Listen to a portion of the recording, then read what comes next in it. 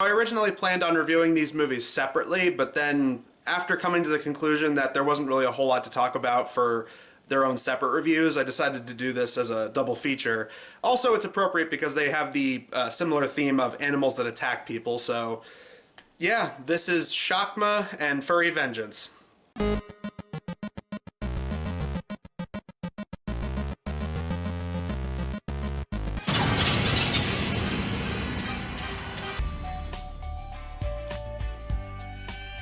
As for where I discovered these movies, Shakma I discovered because I saw Red Letter Media did a video on it years and years and years ago, and it always stuck out to me because it's a movie about a killer baboon, so I was like, oh, well that sounds like that could be interesting, but their video made it sound like it was really boring, and lo and behold, years later, I rediscovered that video, I found out the movie was free on YouTube, I watched it, and they weren't wrong. Yeah, it is very boring.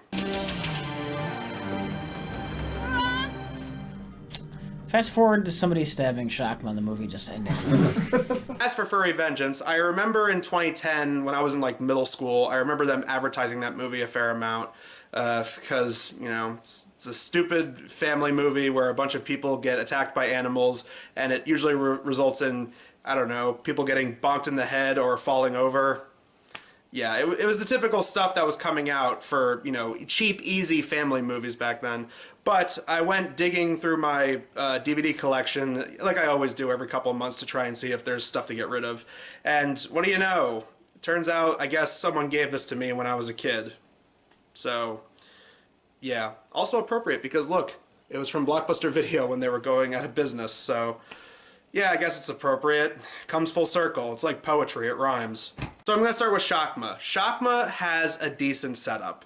It has this science lab that has a bunch of medical students who are studying animals and animal biology, and the one who's teaching them is the only recognizable actor, at least to me. You got poor Roddy McDowell. What did you give him? 20 milligrams of phenothiazine. We'll hit him with another 200. That would kill him. Let's not make it any worse. Well, there's got to be something that you can... Sam, he would never be the same. He's giving it his all, like he always does. Ryan McDowell is one of those actors where he gave every role his all. You put him in anything. He was an actor, damn it. You just leave him right there. Yeah, I'll come in and... What is today? Friday. Well, I'll come in tomorrow and I'll do it.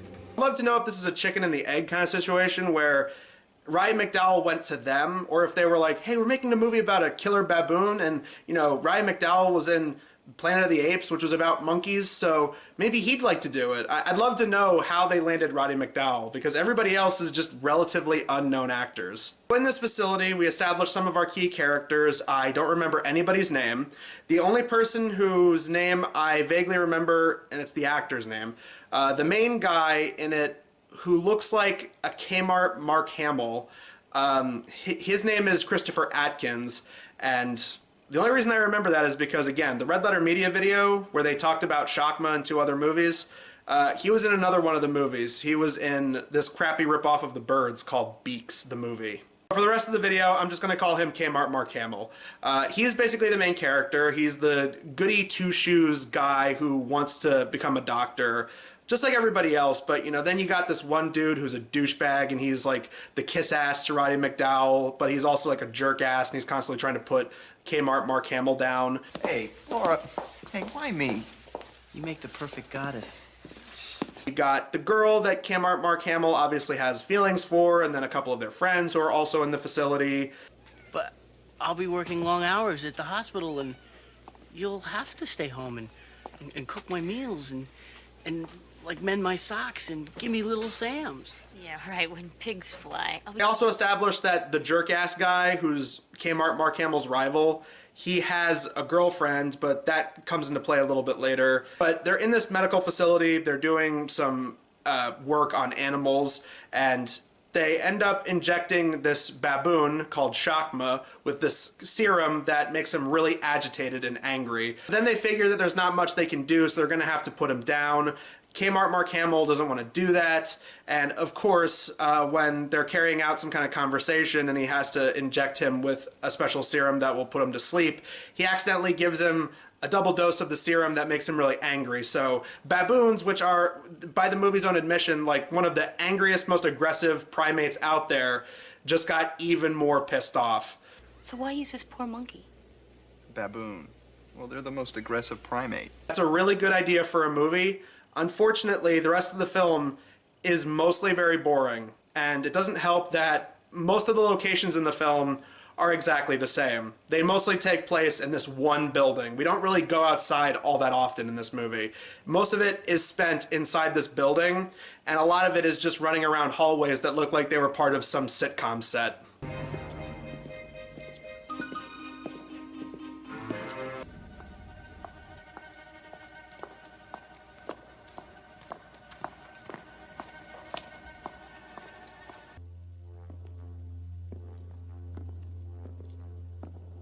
I mean, shit, say what you want about Halloween 2 being the hospital movie, but no, I think this, hands down, should be known as the hospital movie because it all takes place in this hospital and everyone's just running around hallways, hallways, hallways, hallways, hallways, hallways, always, hallways.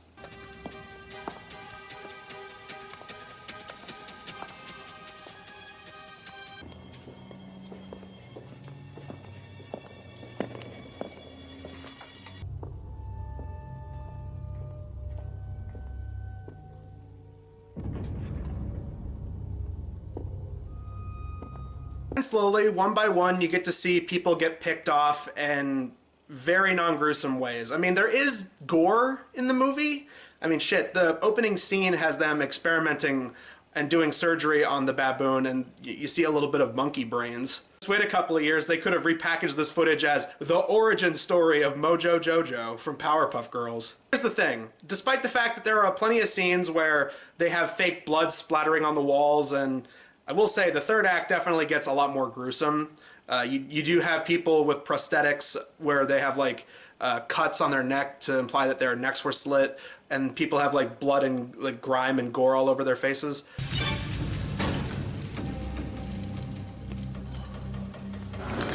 The movie's not super violent for the majority of it. A lot of the kills are the monkey lunges at the camera, it shows a person having a fucking stuffed animal thrown at them, they react, blood hits the wall, next scene. I gotta say, I haven't seen cheap animal effects like that since probably, I don't know, Sex Tape, when they had the obviously stuffed dog hit the wall. That's what it looked like. I will say this, for a relatively low budget movie, gore effects, when they are happening, not the fucking monkey jumping at the camera and then jump cutting to people getting a fucking stuffed animal thrown at them, not counting that. The gore in the last third of the movie, not bad. It could have been a really good plot point, but unfortunately it feels like it just goes to the wayside as the movie goes on. But the reason that everybody is stuck in this building, they put it in lockdown because they're playing some Dungeons and Dragons style role-playing game. Okay. I'm assuming D&D was getting really popular at the time and they're like, oh, we can incorporate that into our movie.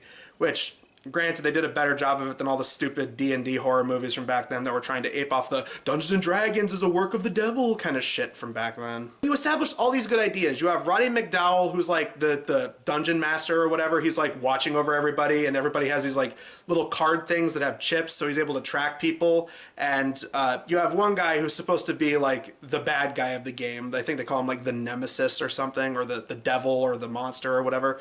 And it's basically jerk-ass guy who has like a monstrous, vaguely monkey-looking mask, and that also has a tracker on it. And it feels like this is set up for stuff that's going to play into the movie way later, but it doesn't.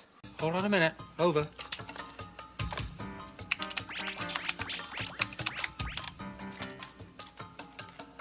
All right. I've got you.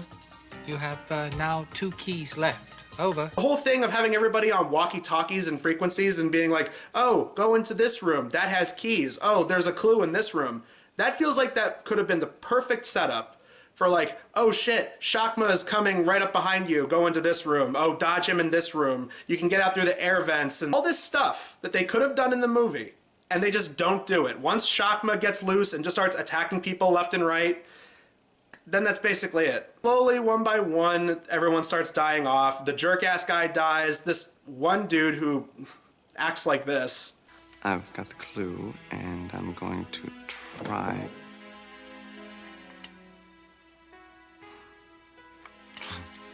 Wait a second. I think I just heard Nemesis. I'm going into the specimen room. Over. He's one of the first ones to go, and I was sad about that because I was like, man, this guy's goofy acting. I want to see more of him, but unfortunately, he doesn't make it. He's one of the first to go. There's one kill that happens in an elevator. Like, one of their friends gets killed in the elevator. I really wish that they did more stuff with this kind of thing.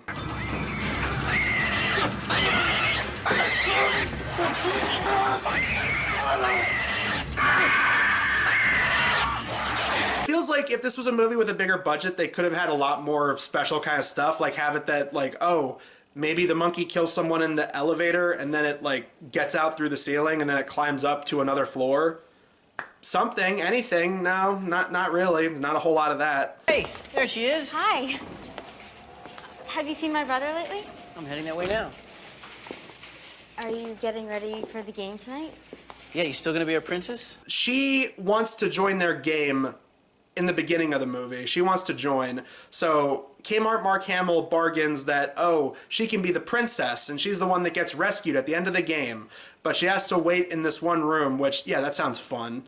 You know, she dresses up in this princess outfit and then she just sits in a room waiting for someone to get her.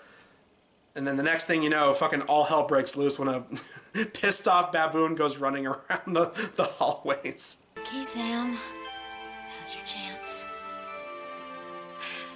Rescue me. Another crucial detail they establish fairly early on is the jerk-ass guy has a girlfriend, and his girlfriend initially comes to pick him up once, you know, their work hours are done.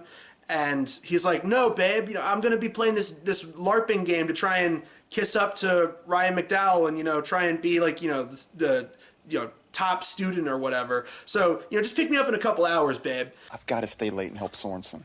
Richard. Listen, this is a good chance for me to be around him outside of class. But you promised. It won't take long, okay? And then she takes off, and then she comes back, and there's this whole thing where they really should have done more with this kind of shit, I swear. Like, once all hell breaks loose, the little sister is trying to get her attention by, like, throwing, like, marbles and stones and shit at her car down below, but she doesn't notice, and then she just takes off. Stupid game.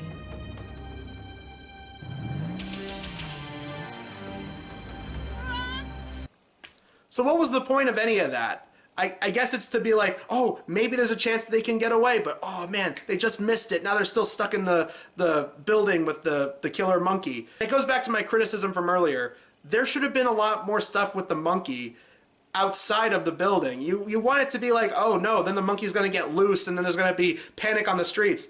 No, it's all just stationary. It's all just kept to one key location, and that's this one building. After most of their friends, the jerk-ass guy, Roddy McDowell, even the love interest for Kmart Mark Hamill are killed. The third act of the movie is definitely when it started to get better for me. I think that was when they finally started to knuckle down. It actually felt like a kind of a throwback to like 80s action movies in a way, because Kmart Mark Hamill gets like suited up and he has like blood all over his face and he just has this look of like he's ready to fucking destroy that monkey that he once was sympathetic towards at the beginning of the movie. Now it's on, so now he wants to just go full fucking Rambo mode. That was actually when the movie started to pick up a little bit. I will say, every time the monkey fucking slams itself into a wall, which there's a bunch of times where the monkey just boom, boom, boom. Every time that happened, that was pretty funny. But I love it. The big final scene, the monkey just like bobbles in on its 2 feet. And then we get the scene where he finally kills it because he uses a mirror trick to make it look like he's lying on the ground. And then the monkey lunges at the mirror thinking that he's there. And then the mirror shatters and then he ends up falling into the incinerator. And then Kmart Mark Hamill shuts it on him.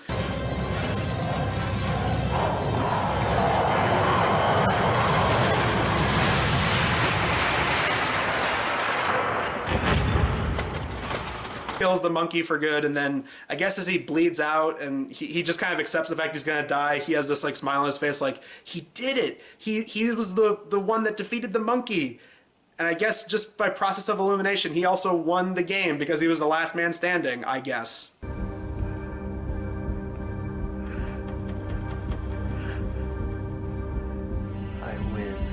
All that stuff was probably the best part of the movie. The first 2/3, mostly very boring.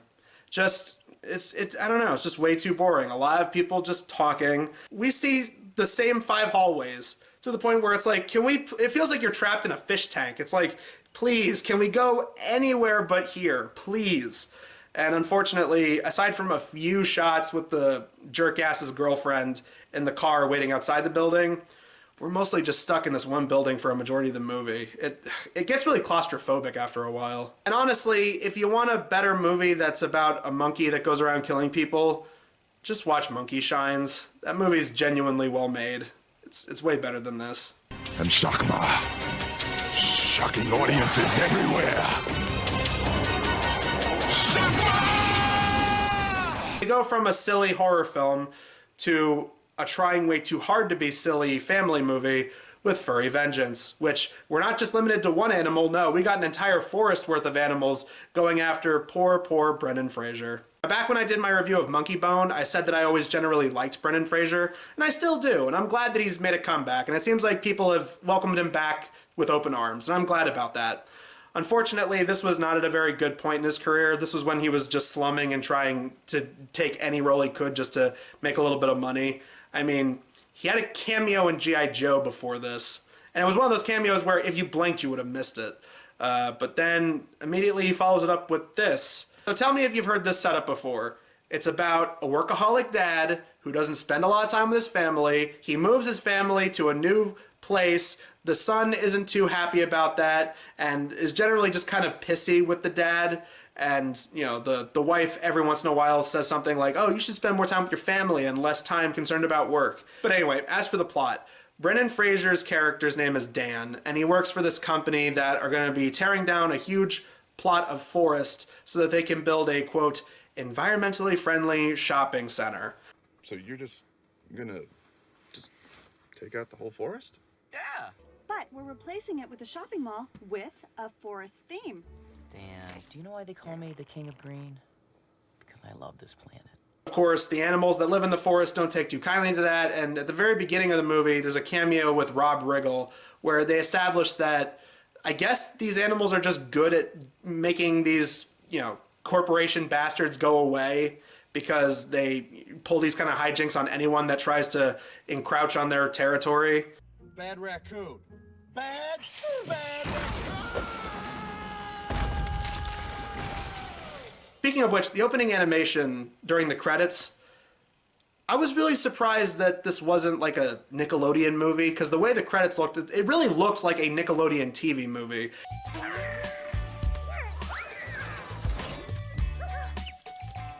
That's pretty much how the rest of the movie plays out. It feels like it should have been a Nickelodeon or Disney Channel TV movie. But no, this went to theaters. And in fact, this was the most baffling part. This is a movie that was made by no real major studio. On one hand, I was kind of surprised because, I mean, a lot of cheap-ass family movies from around that time were kind of like this. But no, it wasn't. It was put out by some like relatively low-rent studio. And I was like, well, I mean, it's not very good. I can see why some big studios probably didn't want their name on this. But at the same time, major studios have made duds like this before. I'm kind of surprised. I mean, shit, Nickelodeon made like Fun Size and shit like that. So I'm surprised that this wasn't them. Yeah, you got a lot of the archetypical shit that you see in family movies. Workaholic dad doesn't spend a lot of time with the family. The wife and son are pissed that he spends more time with work. And they also have it that the son is pissed that they had to move, so now he can't be with any of his friends from, you know, wherever they originally came from. We're Lyman Enterprises. We're the good guys. We're green. Yeah, isn't the color of money? And speaking of money, who wants a new Wii? Huh? Ah! Things start to look up for the son because then he falls in love with this girl who is really into the environment, and this is what makes the son even more pissed with Brendan Fraser because he's talking about wiping out the forest so they can build the shopping mall. Because I don't know. I guess they still figured that it was a good idea to do the whole evil businessmen that want to tear out the forest and build a shopping center. We gotta stop them evil developers. It's basically the same plot as fucking the Yogi Bear movie from 2010 or 2011, whenever that came out. It's basically the exact same premise. And fun fact, I remember when I reviewed that Yogi Bear movie for one of my movie marathon videos, I said that one of the best things about the movie was the villain, played by Andrew Daly, because he plays him as just a typical evil slimeball politician who's just like, yeah, I'm just gonna wipe out the forest. You know, my evil plan will work, and even if it doesn't, who cares? I'm basically a fucking jerk. And that's pretty much how the villain in this movie is, and he's easily one of the better things in it. He's played by Ken Jeong from, you know, Community, The Hangover. He was basically the token funny Asian guy that was super popular in the late 2000s, early 2010s. And for what it's worth, he was generally pretty funny. Like, even when he's not given super great material, he was actually trying, and he was actually pretty entertaining. Just like Andrew Daly in the Yogi Bear movie, and even though I never did a video on this, like, what a lot of people said about David Cross in the Alvin and the Chipmunks movies, like, even though the movies aren't very good, he's easily the funniest thing in them. That's kind of the same way I feel about Ken Jeong in this movie. I've said this before in other videos, but the early 2010s were a great time to be Ken Jeong. He was getting work everywhere. I mean, fuck, 2011, a year after this, he was in Hangover 2, Transformers 3, Big Mama's House 3, fucking Zookeeper. He was in a ton of shit. So, yeah, he was clearly getting a lot of work left and right. Forest Festival. That's a great idea. Well, you see, my wife is running it, and it's a great way to show the community how much we care. Gold star, Dan. I'll call the publicist and the media. His assistant is played by Angela from The Office, which was weird. It's like kind of weird seeing her basically play like kind of ditzy assistant. Like, she's not really playing the same character she does in The Office, where she's like the stone cold ice queen of, you know, of The Office. Here she's basically just like bubbly assistant lady, and that was odd seeing her in that, but at the same time I was like, hey, at least she was getting work. You know, that was when The Office was still going on, so good for her. And since we're on about the cast, I might as well mention that Brooke Shields plays Brendan Fraser's wife in the movie, and even though they're not given super great material, you can tell they have like a kind of a chemistry. And it's like, okay, I can see why they paired them together. It's like, yeah, that makes sense. You know, seeing Brendan Fraser and Brooke Shields together, yeah, I guess I could see that. Unfortunately, the material is just not that good. Animals are out to get me. And what animal are we talking about, Dan? That's the thing. There's more than one of them. There's like a whole posse of them. I think they're in cahoots. Now, if I take him out, the whole thing falls apart. Game over. Well, you've done your homework, certainly. I just have one question. Are you taking crazy pills? You promised! I take it back! So yeah, guy who works for a mega corporation talking about wiping out the forest, and, you know, the animals don't like that, so now they start to get revenge. Honestly, this feels like the setup for a horror movie, and you know what? Forget all these stupid horror movies based on public domain icons and childhood IPs and shit. I want to see a horror remake of this. I want, like, that premise is a good idea for a horror film. The humans want to wipe out the forest, and then the animals actually go around getting revenge. Grizzly bears just fucking mauling people and shit. Oh, that would have been awesome. But no, here it's the typical shit you see in bad family movies from around this time. Pratfalls, people getting bonked on the head, crotch shots, you know, bad smell jokes, shit like that.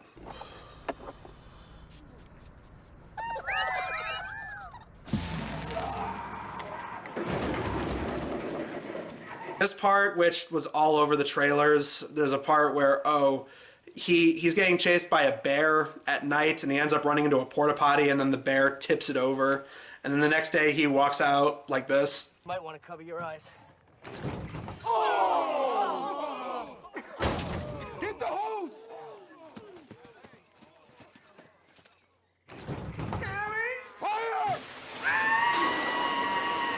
Let's be glad this wasn't Trauma Films' version of Furry Vengeance, because if Lloyd Kaufman had a hand in this, he would have walked out looking like the next Toxic Avenger.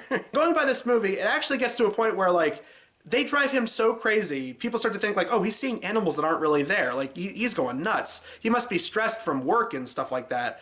To the point where there's a scene where he's at a psychiatrist and like they do like a little thing with like Rorschach pictures and shit. And it's like, damn, it's gotten that bad? And then in the next scene, the animals almost drop him off a cliff. It's like, shit, re-edit this movie. You could easily turn this into a horror film. Why are you doing this to me? What did I ever do to you? I don't have a problem with animals. Animals are nice. I'm like, where are you going? Wait, what? Eventually in the third act, Brendan Fraser can't take it anymore. He finally bends over and is like, all right, I promise I won't take down the forest. You know, this is your guys' land. I'm not going to do anything. So then, along with his wife, his son, and his son's new girlfriend, and all the animals, they have this big celebration at the end where Ken Jeong and his assistant and all their, like, you know, financiers or whatever are toasting like the greedy corporate assholes they are, and then the animals come in and attack. Really, like, this movie was reminding me of so many other family movies that did the whole, like, nature, animals kind of thing. It's like, dude, I remember Over the Hedge did this kind of thing way better. Like, say what you want about Over the Hedge. Say, you know, at least Over the Hedge, even if you don't like that movie, that at least had like some ironic meme value to it. This whole scene at the end where the animals are getting vengeance on these corporate assholes kind of reminds me at the end of, God, what's that other movie about animals from around that time? Fuck, it's Open Season. It's like the ending to Open Season. Except, again, while that movie's not a masterpiece or anything, it was still better than this.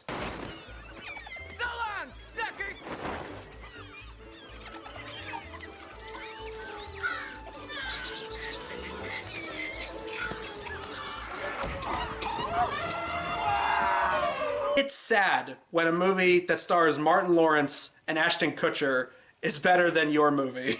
That's pretty sad. And the one other thing I gotta point out is at the end of the movie, I was expecting, okay, bad family film from like 2010.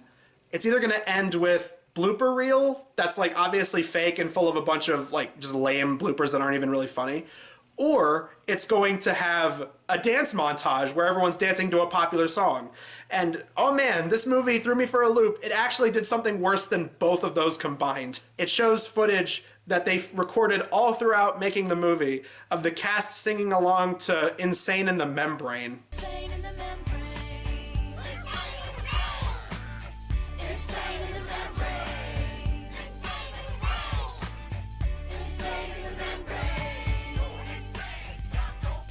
And that's a great song. I love that song. Insane in the Membrane is a great song, but it's from a rap group that make like real hardcore rap music about like shooting people and smoking weed. So naturally, that's the kind of song you want to put at the end of your children's film. I have not seen some shit like this since The Zookeeper, where it ended with all the animals singing along to More Than a Feeling. It's that bad. Oh my god. Okay, so what to even say? I mean, Shakma, the third act was better than the first two thirds, but even still, Shakma, it's very slow. It takes a long time to get going.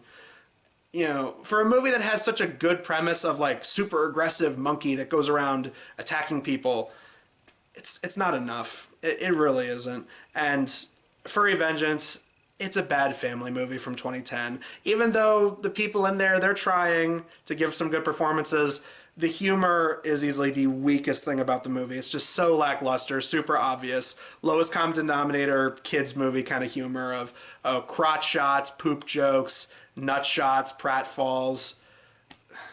It's not enough. It's funny because, look, on the DVD, one of the bonus features listed here is like the pitfalls of pratfalls. They were so proud of those pratfalls, they decided to make a whole bonus feature out of it. You know what though? Furry Vengeance is just the tip of the iceberg, because next time we have a bad family film that's animated, and it was considered one of, if not the worst animated film of 2020. I mean, once you do Norm of the North, you know you gotta talk about another one of these kind of movies. And in 2020, we got Bobbleheads the movie. But we'll get to that next time. Until then, guys, I'm Am Sykes of the Blockbuster Show, and we will see you guys in the next video. You hear me? I'm not insane! This is